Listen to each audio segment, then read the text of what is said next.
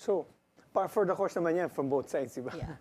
Everyone accuses. So, Okay lang, we're looking at a few minutes away from or an hour away. So, what are your expectations, or what do you hope to hear from President Marcos? Everybody wishes well for the country. I mean, on that side, Yes, and maybe on your own side also, or what expectations do you want to see in this?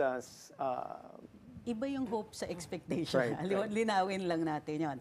I hope, but I doubt if this will happen, that the president suddenly wakes up and decides, I'm just going to fire all these people who are in the way of my vision. Kasi malinaw naman yung vision niya nung kampanya. Tingnan mo naman, Meron that's yan, very, very ambiguous. Oh, yeah. Sino specifically?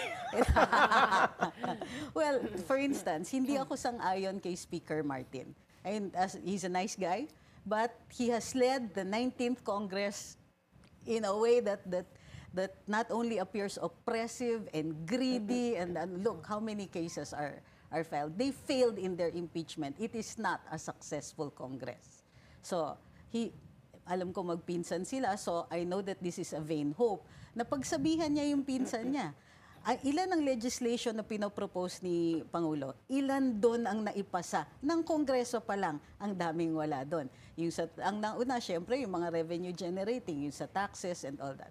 Hindi naman tayo tutol doon sa ibang mga, nakikita natin, kailangan yung mga revenue generating na hikao sa pera talaga. Pero bakit hikao sa pera? Kasi nga, doon sa challenge sa 2025, nakikita natin yung proseso na ginagawa ng Kongreso in the past 3 years. So, number 1, Martin Romualdez. Sino pa ba? Yung ibang mga ano ba ang nangyayari sa infrastructure? Sino na nga ba ang secretary ng Public Works?